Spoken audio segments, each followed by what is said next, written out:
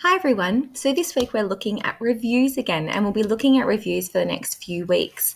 But this week we are going to be looking at in more details reviews on video games. So before we look at what's in a review, we're going to look at what the purpose is. Why do we do them? So the purpose of a review is to assess the appeal of a text by providing a summary. So remember what a summary is? And an analysis of its features. So analysis is like your opinion. Okay, so you're looking at what the video game is, and whether or not your audience likes it or not, would like it. Okay, you're also looking at, so you're looking at the facts of the video game, but also looking at your opinion of that video game as well. Some examples of reviews are movies, so you could do a review on a movie, on books, on food. Okay, if you think about MasterChef and when they are reviewing the person's food that they've just made, they'll give their opinion, but they'll also give some facts about that, about the presentation, about what ingredients that they used, and if they think that they all work together is the opinion-based part. And then you can also do it on games or toys, or there's even been each year at the Easter show, they get children to review different show bags, and they tell the people who are doing the show bags whether they're a good show bag or not. So reviews are very important, and they're in our everyday today lives. So this is an example of a review here. This is an example of a book review, but it gives you a bit of an idea of what the structure looks like of a review when you write one down. So this one's about Matilda. I don't know if any of you have read Matilda by Roald Dahl. It's quite a good book. I'm sure a lot of you have seen the movie. But first you have your title and your introduction, and then you have a couple of paragraphs in the description, and then you also have a conclusion. And we'll come back to this in a moment. So let's have a look at what you need for an excellent review. So we need the structure. So I just spoke about that in the last slide. So in your introduction, you need to give facts about what you're reviewing. So in this section here, in this first paragraph, you'd be giving facts about the book Matilda. For example, they've written that it's by Roald Dahl. That's a fact. And it was first published in 1988. It then gives a little brief summary of what the story is about. Now, in the next paragraph, when you're looking at the description, so this can be either one big paragraph, or if you've got lots to say, it could be 2 to 3 paragraphs. And you describe what it is like. Okay, so if we have a look here, it gives us a bit more detail into what is happening in the story. The different characters are in there, but they never give away the ending or the big conflict. Okay, so you don't want to give the story away, otherwise they won't read it. And then you have your conclusion here in the last paragraph. So that's usually giving you, if you have a look at here, that's where you give your opinion, you give your rating, and you give your recommendation. So an opinion would be, this book is an excellent book that really draws you in, and you just can't stop reading. I rate it 5 out of 5 stars, and I recommend that every 8-year-old read this book. That would be a conclusion. Now, that's a very simplified conclusion. You would expand on that a little bit more, but just gives you a bit of an example. What else you need for an excellent review is paragraphs. So if you have a look here, everything's been split up into paragraphs. So we need to know where's the introduction, where's the description, and where's the conclusion. All right. You also need descriptive language. Now, there is an example of descriptive language here. So instead of saying, but her teacher knows that there is more to this girl, we have added in some descriptive language like, but her kind and gentle teacher knows that there is more to this tiny young girl than meets the eye.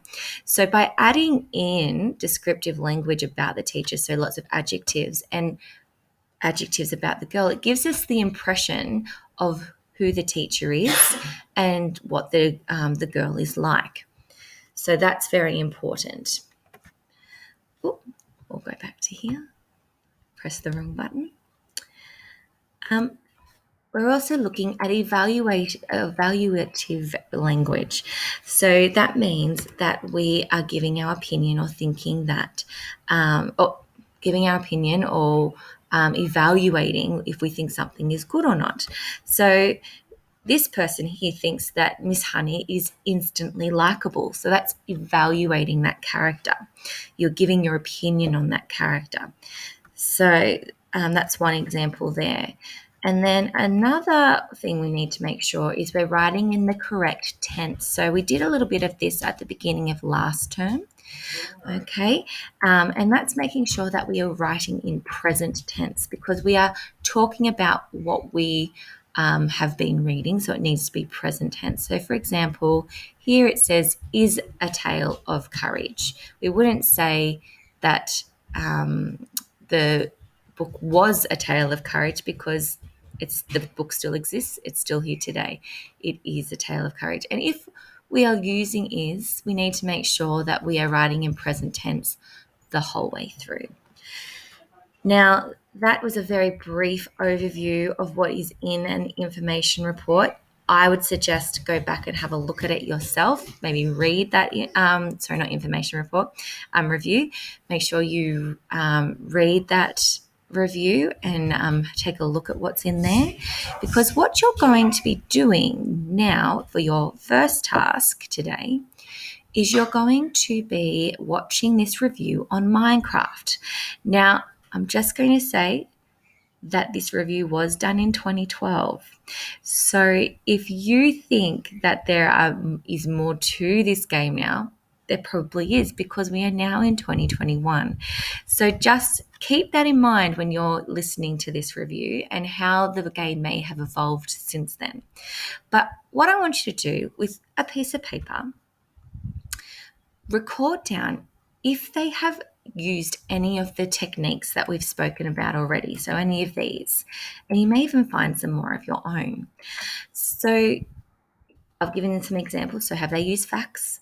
Have they used description of the game? Have they used opinions? Have they given it a rating? Have they given recommendations for the game? So while you are watching this, write down what techniques they are using as they review it. Okay. Last activity is, it's not going to let me, there we go, is you are then going to fill this review form out. So you're actually giving a review on a review of Minecraft. So you're going to list all the techniques that they used here. Then you're going to write what you liked about the review that you saw. Okay, just one thing that you liked about it. You could write more if you like, but at least one thing that you liked about the review. Then I would like you to write here what you think that review may have missed. Now, especially since that review was done in 2012, there would probably be some things now that you think they have missed, or you may disagree with, or you think that they could have spoken more about something. Okay, so you're going to write that there. And then in this part here, you're going to say how they could make that review better. Now, I know a lot of people who love to play Minecraft, so I'm sure there's a few things that you could say of how you could make that review better. After that, I want you to give the review a star rating. So what do you think this review deserves? So all you have to do is copy the star. And if you think it is a 3-star review, then you just copy and paste the star and you've got your star there. Okay? All right. And then that's all you have to do today.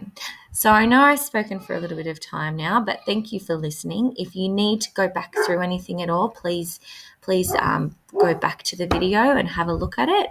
But otherwise, enjoy reviewing a review on Minecraft. Thanks, guys.